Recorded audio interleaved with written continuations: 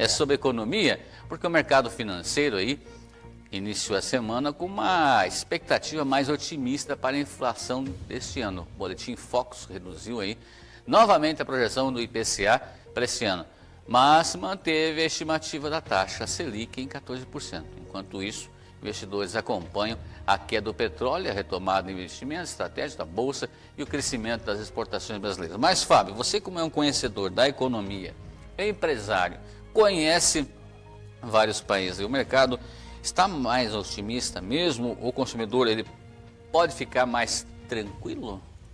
Veja, Cleiton, sim, mas com cautela. O que acontece? Quando a gente tem uma redução da taxa de juros, principalmente estamos falando em taxa Selic aí, em torno de 14%, isso é um indicativo de que a inflação está acelerada. Isso quer dizer que os preços vão reduzir? Nesse primeiro momento, não. Isso quer dizer que os preços a tendência é de não subir quando você tem uma taxa de inflação maior, é de subir menos. Agora, nós temos um cenário aí de Selic em torno de 14%, que ainda é uma taxa de juros, uma das taxas de juros mais altas de todo o mundo. Então, assim, é sim e não. Os preços, a tendência é de não subir tanto como nós tínhamos aí no passado recente. Tá, mas com isso, o que significa na prática essa redução da previsão da inflação, Fábio? Quer dizer que as pessoas, na verdade, Cleiton, estão consumindo menos. Nós tivemos aí algumas altas por vários fatores. A inflação ela é composta por exemplo, fatores climáticos. Nós falávamos a semana passada do efeito do preço do barril do petróleo, que impacta diretamente nos custos, né? E também os gastos do governo. Quando não se tem uma política fiscal austera, que é aquilo que a dona de casa faz em casa, ou seja, sempre gastar um pouco menos do que aquilo que ela recebe do salário, você tem problema de inflação, que é uma alta geral e gradativa e generalizada dos preços. Então, assim, nós ainda temos, Cleiton, um pequeno problema que o povo brasileiro tem que saber. O centro da meta da inflação para esse ano de 2026, que o governo queria, era de 3,5%, com meio ponto percentual para cima ou para baixo. A previsão dos especialistas é de que nós tenhamos aí em torno de 5,17%, algo entre 5 e 5,20%. Então, mesmo assim, ainda é acima do que se previa inicialmente. Então, a taxa de juros ainda não reduziu, justamente porque o Copom, né, que é o Comitê de Política Monetária do Banco Central, ele é bastante cauteloso e, se eles não se sentem seguros, eles não reduzem a taxa básica de juros. Muito bem. Agora nós estamos iniciando o segundo semestre agora, Fábio, onde a expectativa é de que há uma maior movimentação na economia, o dinheiro começa a entrar mais, circular mais, né, daqui a um mês e meio, 2 meses, por aí. Mas, por exemplo, a dona de casa está nos acompanhando nesse momento aí. Há uma perspectiva, na questão de alimentos, por exemplo, os supermercados tendem a subir menos os preços aí nos próximos meses. Qual que é a expectativa com relação a isso? Veja, você colocou exatamente o que eu ia responder. Eles tendem a subir menos, isso é fato. Isso é fato. Então, assim, nós temos uma tendência de, por exemplo, estava subindo aqui, ele não vai subir tanto, porque a inflação está mais controlada. Mas Fábio, vai reduzir os preços? Também vamos com cautela, não é assim, né, Cleiton? O que pode reduzir são itens que a gente chama sazonais. Então, por exemplo, nós estamos no inverno, tem algumas culturas que vão melhor no inverno e que não se produz no inverno. Então, isso é uma lei da oferta e da procura. Se tem bastante, o preço baixa. O leite, por exemplo, no inverno o leite a tendência é subir, porque para você produzir o leite fica mais caro. Então, alguns produtos tendem a subir, outros tendem a baixar. Mas de maneira geral, que a gente tem visto aí, veja bem, se manter essa política aí, a gente não sabe o que vai acontecer com o petróleo. Já vou falar do petróleo, o que aconteceu ontem. A tendência é que os preços, de fato, eles subam, vamos dizer assim, com uma velocidade menor. Tá. Você falou a questão do petróleo, então explica para nós aí, de ontem para hoje, e o que pode se esperar para amanhã a questão do petróleo. Então, nós agora, veja bem, o que aconteceu ontem? O petróleo caiu 6,3% e ficou na casa ali dos $85 o barril. Quer dizer, ainda está alto, sim, mas nós estávamos, no último programa que nós fizemos aqui, em torno ali, próximos dos $100 o barril. Então, isso é uma notícia boa. Mas, sabe por que aconteceu? O que acontece também, Cleiton, é que os Estados Unidos ele tem um estoque mínimo de armas que ele tem que manter ali. E assim, ficaram numa operação por 13, 14 dias, ininterruptamente bombardeando o Iraque. Então, quando você tem um nível de redução de armas, os Estados Unidos segura ali e diz o seguinte, vamos negociar? Vamos voltar a negociar? Então, quando você libera ali, teve uma trégua, então vai passar um pouco mais do óleo, do petróleo. Você reduz. Nós esperamos que se acabe o conflito. Então, se acabar o conflito, daí a tendência também é do preço do barril cair ainda mais. E aí, daí isso sim, a gente pode ter uma redução. Agora, nós tivemos algumas políticas, sabe, Cleiton, de incentivo do governo federal aqui, para que lá atrás, em março, quando começou de fato bem forte a alta no preço, o governo federal tirou o PIS e a COFINS, justamente principalmente do óleo diesel. Então, assim, e agora no final do mês de junho, se voltou com essa cobrança. Então, assim, nós não vamos ter também uma variação tão grande aqui para cima, quanto nos Estados Unidos, por exemplo, que eu já expliquei que as petroleiras são privadas. Mas, por quê? Porque o governo controla de uma maneira melhor. Mas se continuar, e a tendência for de paz, isso melhora todo o cenário para todo mundo aqui. Estamos conversando com o empresário Fábio Marcelo Chiqueto sobre economia, finanças, mercado. Fábio, eu acabei de receber aqui uma mensagem, fugindo um pouquinho do nosso roteiro. Certo. Se for possível responder, ok, se não, fica para a próxima oportunidade. Sim. Mas questionando, pergunta ao Fábio se é verdade que vai haver uma taxação sobre o Pix. Pois é, Cleiton, veja, a taxação sobre o Pix eu acho difícil. Né? Eu acho que o governo pode instituir... Veja, com os meios digitais hoje, a tendência do governo vai ficar muito mais difícil da gente querer enganar o governo. Mas taxar o Pix eu acho muito difícil. O nome certo não seria isso.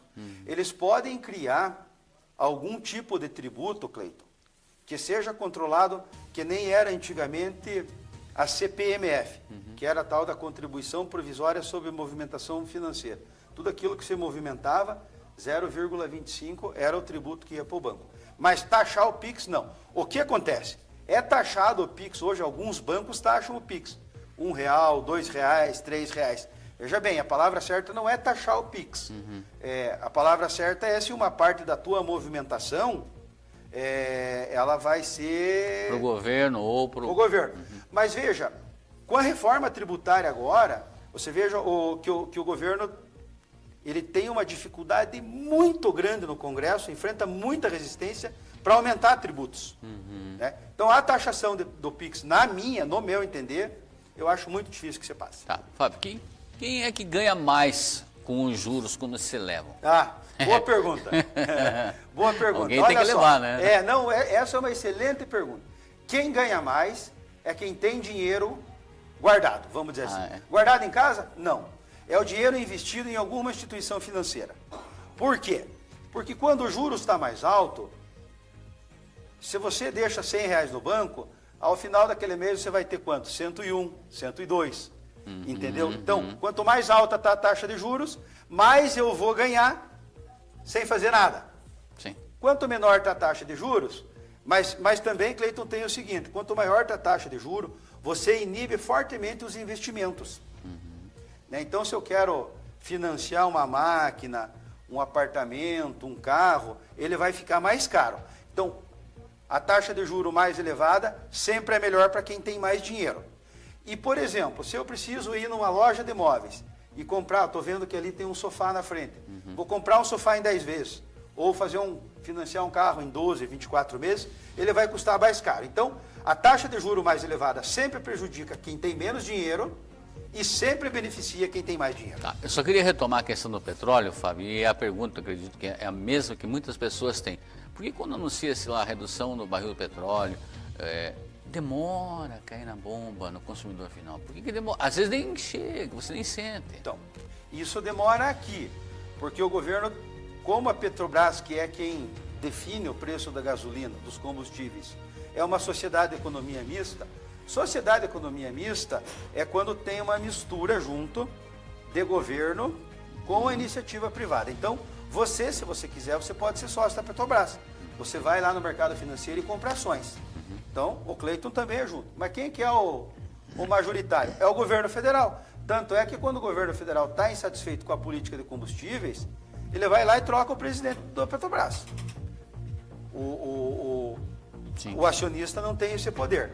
Então, o governo usa a Petrobras como um instrumento também, até político, para poder controlar o preço dos combustíveis. Nos Estados Unidos, que é a maior potência econômica global, não. Lá é privado. Então, assim como sobe muito rápido, ele também reduz muito rápido quando o preço do barril volta a cair. Tá. Mas, na atualidade, quais são os setores, Fábio, da economia que devem ser mais beneficiados no atual cenário econômico? Olha, com a redução da taxa de juros, aí melhorando, são os setores... Melhora, na verdade, para todo mundo, né, Cleiton? Uhum. Então, por exemplo, quando você tem uma taxa de juros menor, como nós já tivemos no passado aí, em torno de... Vamos estar falando em torno de uma Selic de 5% aí. Se você vai fazer um financiamento ou de uma máquina, porque a base industrial de um país é o que eu estava comentando no programa anterior, que é o produto interno bruto, é o conjunto de riquezas que se produz. Então, para você financiar algo, quando você tem uma taxa de juro mais baixo, você pode diluir isso num prazo muito maior. Você veja que quando a taxa de juro está elevada, a pessoa diz assim, puxa, eu fui no banco, mas não vale a pena porque eu fui financiar R$100 e no prazo ficou 200 que eu tenho que pagar. Então, a taxa de juros mais elevada, e os setores que são beneficiados é o agronegócio, justamente ao contrário do que eu falei na última entrevista. Os setores da exportação, quando você também tem uma taxa de juros menor, você incentiva o agronegócio, o setor petroquímico, né? Nós estamos com dificuldade agora, estava vendo ontem, nessa parte de enxofre, né? Ontem estava no Jornal Nacional, e o enxofre é usado em fertilizantes, até em chip, então está uma escassez enorme, até é usado para fazer cloro, e isso vai até na água da torneira. Sim. Que a gente bebe. Tá bom. Fábio, uma outra questão também, que orientação você, como empresário, entende da economia, qual que é a sua visão, qual que é a sua análise, qual que é a sua orientação para quem pretende, por exemplo, financiar um imóvel, um veículo? Agora é o momento disso? Viu? Aí é o seguinte, o momento é uma questão de necessidade e se cabe no teu orçamento. Dizer para você que esse é o momento e que está barato, não é. Tanto que assim, a economia não está lá essas coisas justamente por causa disso. Então, hoje se você for fazer uma análise de que eu preciso financiar um apartamento, eu preciso financiar uma máquina cara, eu preciso financiar um empreendimento, e eu vou tomar esse recurso no mercado financeiro, nas instituições, nos bancos, ele vai ficar caro.